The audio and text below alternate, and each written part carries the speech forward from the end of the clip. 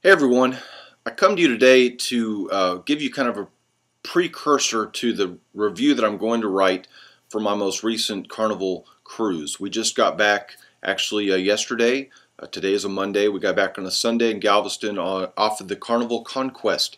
It was a 7-day cruise to the Western Caribbean, and I'm getting ready to write a pretty extensive review about my experience. This was actually my first experience on Carnival. It marked my 6th cruise overall, so I've now been on Royal Caribbean, Norwegian Cruise Line, Princess, Disney, and now Carnival. And I wanted to give you this video as a precursor because I think it's important to understand something. I'm going to be writing a review, or this review, from my perspective. I have written about taking reviews that you read online with a grain of salt and understanding somebody's perspective, but I think you need to understand my perspective on writing this review.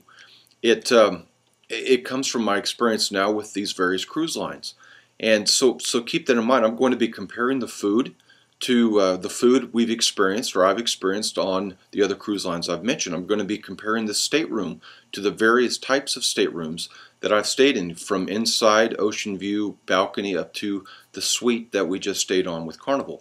I'm going to be comparing the food service, the staff, to the various cruises that I've been on. This is my second trip to the Western Caribbean, so I may mention something about the itinerary from the perspective that I've been on this itinerary before and been to these ports of call. So I'm going to be giving the stateroom assistants and the stateroom attendants a review based on my perspective from other cruises. Now, the reason I say all this is because you'll read reviews. If there's several types of reviews, but if you go out to forums, cruise line forums like Cruise Mates or Cruise Critic, things like that, you're going to read reviews on those various. If you go to Carnival on those cruise forums, you're going to see people that love Carnival, and they're going to write a review, and it's going to be from the perspective that they're absolutely 100% in love with Carnival Cruise Line. And the same goes for people if they're writing on Royal Caribbean or NCL or any other cruise forums where they've gone out to the specific cruise line. Those that go out regularly and write and communicate with others in those forums are typically fans of those individual cruise lines, if you see that they post a lot on the various forums and things like that. So I say all that to say their perspective may be a little bit more skewed toward them being a huge fan of one particular cruise line. And please keep in mind, if somebody writes a rave review and you find out that they only cruised on one cruise line, their perspective is a tad bit skewed. It's skewed toward just that one cruise line.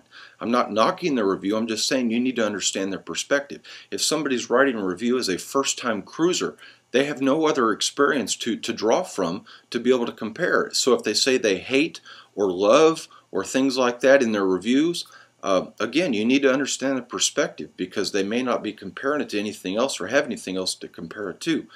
If somebody then writes a review like I'm getting ready to, where they say they've been on a variety of cruise lines and they're writing the review based on their experience from a variety of cruise lines, I give them a lot more credence. And I'm not just talking about myself, I'm giving credence to those that write reviews from that perspective, because they have been on various cruise lines to be able to compare and contrast the food, service, entertainment, ship, layout, everything, and that's, to me, is a well-rounded review. So understand my perspective today, or when I write this review and when you see it on my blog. I am writing it, comparing it to other cruise lines that I've been on. Again, this is my 6th cruise overall. I'm not a huge cruise veteran compared to those that take, in the teens and 20s as far as the number of cruises they've been on, but I've been on a variety of cruise lines now, and I think I can fairly judge each cruise line on their merit as they are compared to service and my expectations coming in for food and service and stateroom and ship layout and staff, from the cruise director on down, etc. So there you have it. Understand my perspective when you read this review. Understand other people's perspective. Again, if they write a review and it's only skewed toward, oh, it's the best food in the world, it was the best this in the world, it's the best that in the world, and then you find out that they've only been on that cruise or out of maybe that port, and I'm going to be discussing the fact this cruise went out of Galveston, Texas, compared to the other ports that we've embarked upon. So, but if you see that they're only writing the positives and no negatives whatsoever, you might go back and start asking little questions on how many cruises they've been on, how many cruise lines they've been on, and how many ports of call, or excuse me, how many embarkation ports have they actually traveled out of, so you can understand their perspective. So again, I hope this wasn't too wordy, but I think it's important as you understand this before you read my review. Thanks a lot. I look forward to talking with you or answering any questions you might have about this cruise. Again, it'll be for the Carnival Conquest out of Galveston, Texas. Thanks.